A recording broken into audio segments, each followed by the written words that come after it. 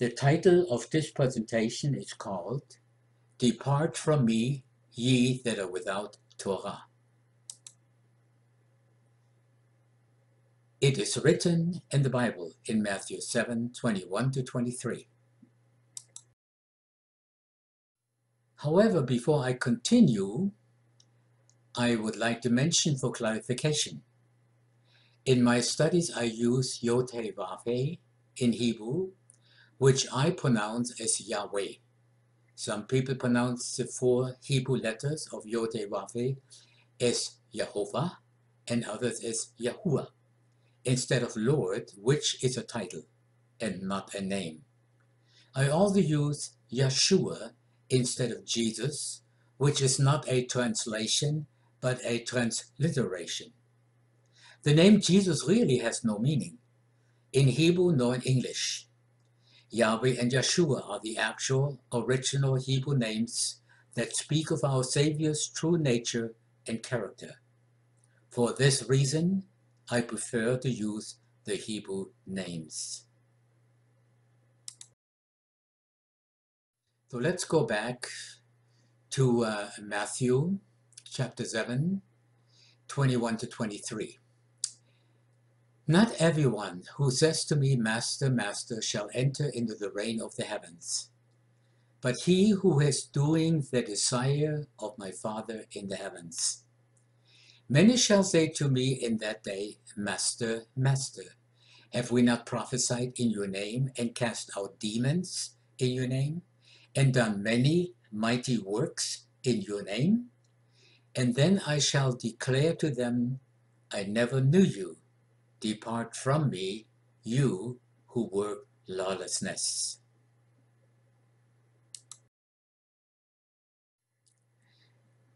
The King James Version states, Depart from me, ye that work iniquity. The Bible in Basic English says, you workers of evil. The Contemporary English Version states, ye evil people.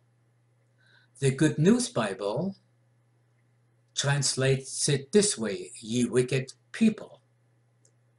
The International Standard Version says, ye evil doers. The literal translation states, those working lawlessness. The easy-to-read version states, you people that do wrong. And the Weymouth New Testament says, you doers of wickedness. Those translations don't help me much, because they basically all say the same thing. For this reason, we need to go to the original Greek text to find the answer. Let's look at what word is being used in Greek that is being translated as wickedness, evil, and or lawlessness. It is a Greek word anomos, number 459. A, meaning without, and nomos, meaning Torah. A better translation would therefore be, Depart from me, ye that are without Torah. Without law, without teaching, without instruction. When we speak about the Torah, we immediately think about the 5 books of Moses, the first 5 books of the Bible. In a broader sense, are all books of the Bible inspired by Yahweh. For this reason should all the books be included in the word Torah. The Psalms, the prophets, as well as the books of Esther and Ruth are part of the Torah Israels.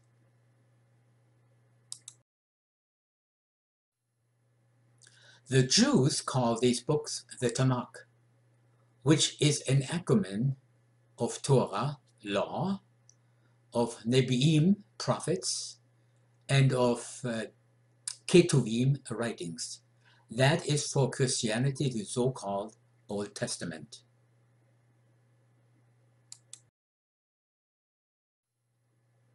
Even Yeshua, our Savior, pointed to the Tanakh in Luke 24:44 when talking to the two disciples of Emmaus about the prophecies that pointed to his life and mission. These are the words which I spake unto you while I was yet with you, that all things must be fulfilled which were written in the law or Torah of Moses, and in the prophets, and in the Psalms concerning me.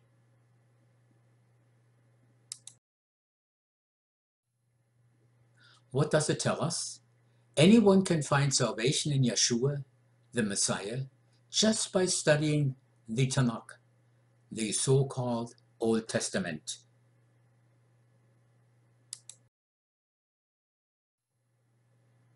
Now let's go back to the word Torah.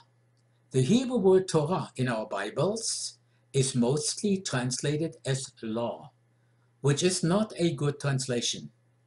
First and foremost, the Torah is Yahweh's teaching. The word does not mean law, it means teaching. The root word for Torah can be traced to the Hebrew word meaning to shoot an arrow or to hit the mark. Sin, on the other hand, means missing the mark.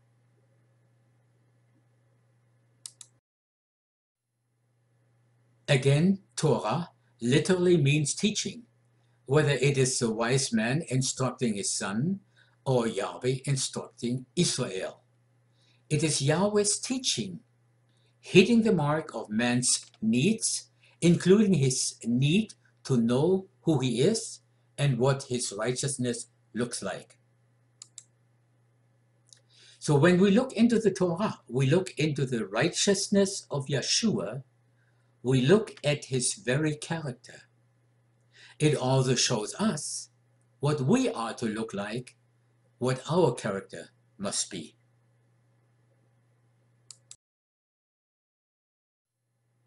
In Deuteronomy 30, verse 19, Yahweh told the Israelites, I have called the heavens and the earth as witnesses today against you. I have set before you life and death, the blessing and the curse.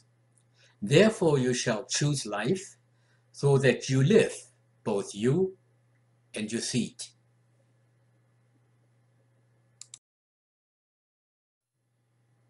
The Torah tells us the truth, the difference between holy and unholy, clean and unclean, life and death. The Torah is therefore the grace of Yahweh, a blessing. Torah teaches agape love.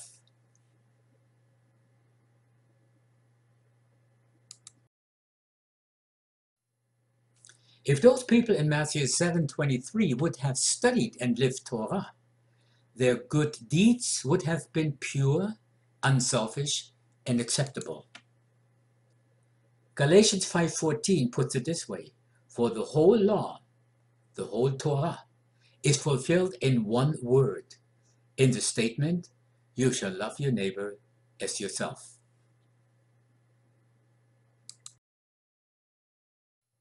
The Ten Commandments do not say in actual words to love our Creator and our neighbor. The Ten Commandments are just 10 thou shalt and thou shalt not. It is the statutes and judgments, the fine print of the Ten Commandments that tell us to love our Creator and our neighbor.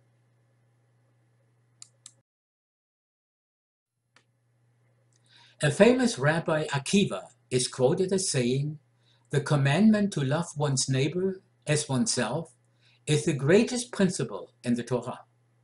Love is not the replacement of the Torah, it is the summary of the Torah.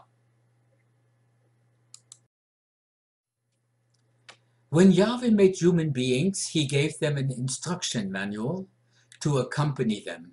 One can call that Torah. We do not function to our full potential without instructions. The Torah was not given as a means for salvation. When Yahweh gave the Israelites the Torah at Sinai, they were already a saved people. Redemption must precede commandments.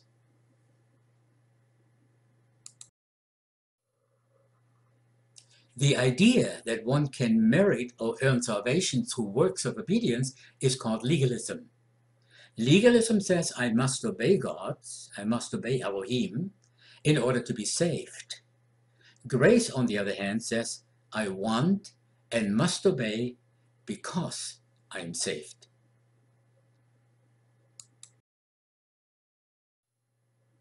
In his great love and mercy, Yahweh God gave man the Torah, the law, the target, the aim, the instruction, his standard, an objective standard of right and wrong. It is not based on what feels right for me or doesn't feel right for me. It is black and white. It is right and wrong.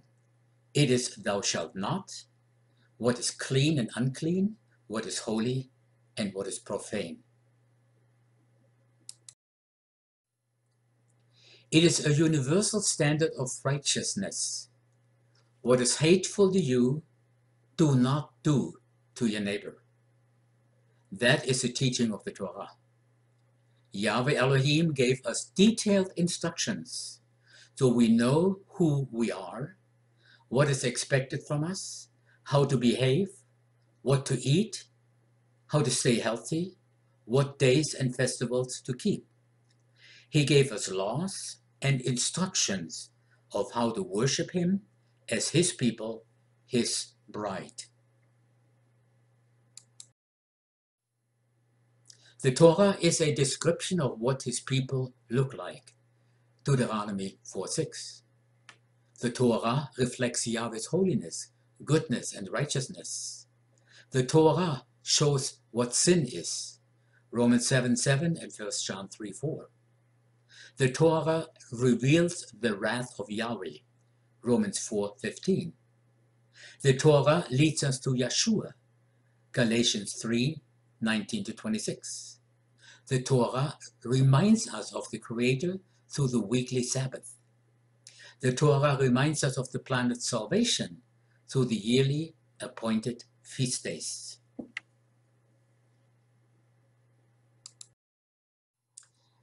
The Torah is a history book of creation, a manual for life, a covenant document, and the constitution of the nation. Because the Torah tells us the truth, the difference between holy and unholy, clean and unclean, life and death. It is both a protection for us and a written revelation of the grace of Yahweh.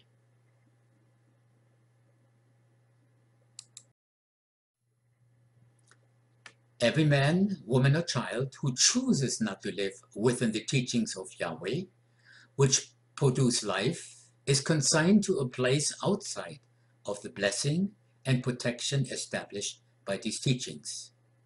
Remember Deuteronomy 30, verses 19 and 20.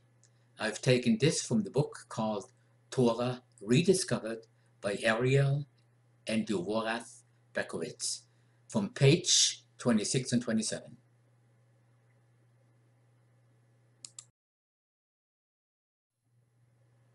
How important is the Torah for believers? In Proverbs 28:9, it states, he who turns away his ear from hearing the Torah, even his prayer is an abomination. That obviously means if someone rejects Torah, his or her prayers are useless. They might as well stop praying.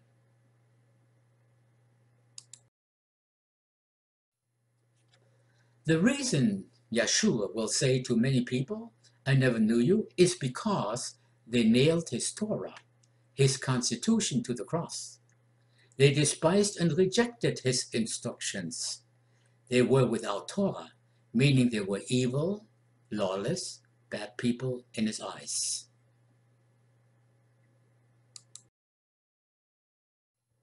For this very reason, Yeshua did not recognize these people as his own, and they really didn't know him either.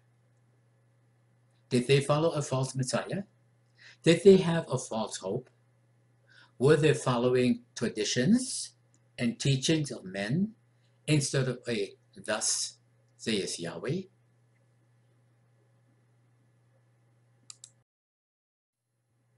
Remember, Yeshua is the Word, according to John 1:1, which became flesh, the living Word, the living Torah. The Torah is Yeshua embodied, and Yeshua is the Torah unfolded. Only those that love, teach, and live the Torah will Yeshua acknowledge as his own, because Yeshua is the Torah unfolded. Whoever rejects the written Torah rejects the living Torah, Yeshua.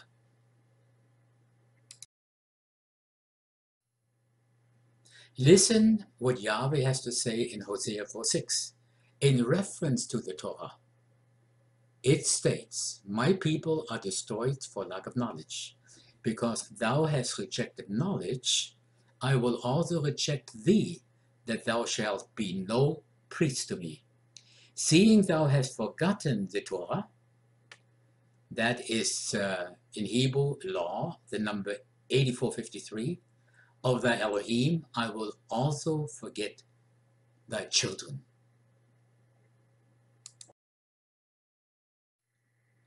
What kind of a knowledge is it talking about in this verse? His people had forgotten Yahweh's instructions, called the Torah. And whose fault is it? Every individual is personally responsible to acquire this knowledge and follow it. Turning away from Torah with the statutes and judgments brings curses, but returning to the wisdom of Torah brings blessings and healing.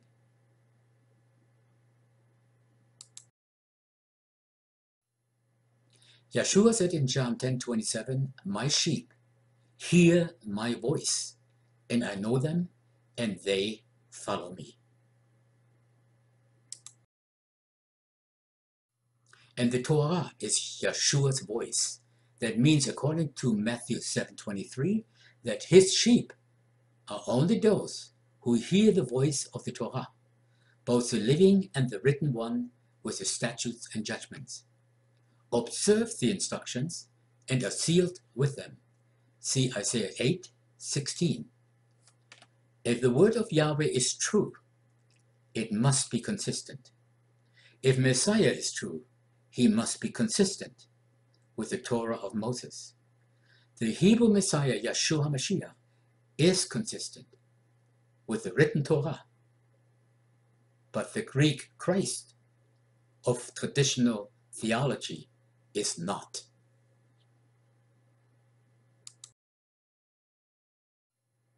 Yeshua said to his disciples in John 14:27, just before he went up to heaven, "Peace I leave with you, my peace I give to you. I do not give to you as the world gives. Do not let your heart be troubled, neither let it be afraid." Shalom.